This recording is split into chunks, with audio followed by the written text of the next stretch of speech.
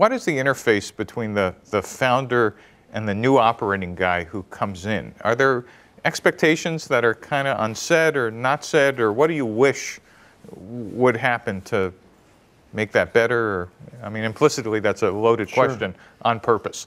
Thanks. Geez.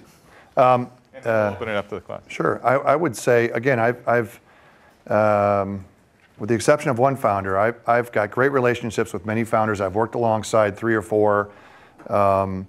What I'd say, first of all, is you need a mature relationship, and you need to recognize there's different life experiences, skills, orientation, and if you can do it right, they ought to complement and not compete. Now that requires emotional maturity on the operating person that says, oh, everything here was bad, I need to fix it, versus saying, boy, this is amazing, I can see a lot of ways it can be better. Are there sacred cows? Are there some other things that are very important to you as founder? Oftentimes founders remain on the board, and that still maintains an important relationship. On the case of the founder, many founders, it's your child.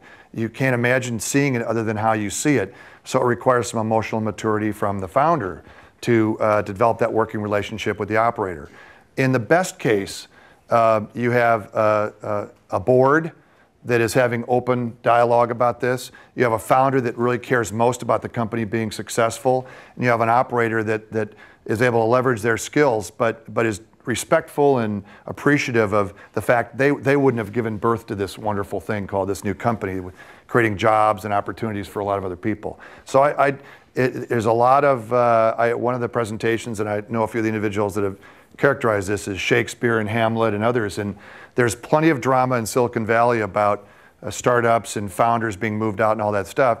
I would assert that it doesn't have to be that difficult, and if you're thinking about starting up a company, think about what it evolves and imagine success. I do that personally. I visualize the outcome I want, whether it's 3 years, 5 years, and then I imagine where my skills won't fit anymore. And I personally don't want to run a $5 billion company. It's too far away from customers and employees and the magic of innovation for me to get really excited about that.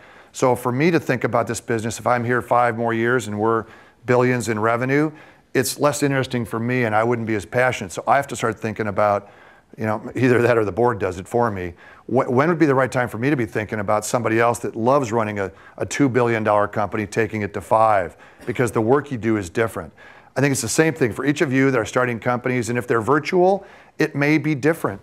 You may not have a successor, an operator. You may be able to rely on the ecosystem around you and some of the other people that in virtual space can complement what your skills and experiences are. But I believe life is too short, and you ought to have open, honest discussions. And if the operator is coming into a situation where the founder doesn't agree and the board doesn't agree, then I'd say that's not a situation the operating type would say, I'm not sure this is the right thing for me.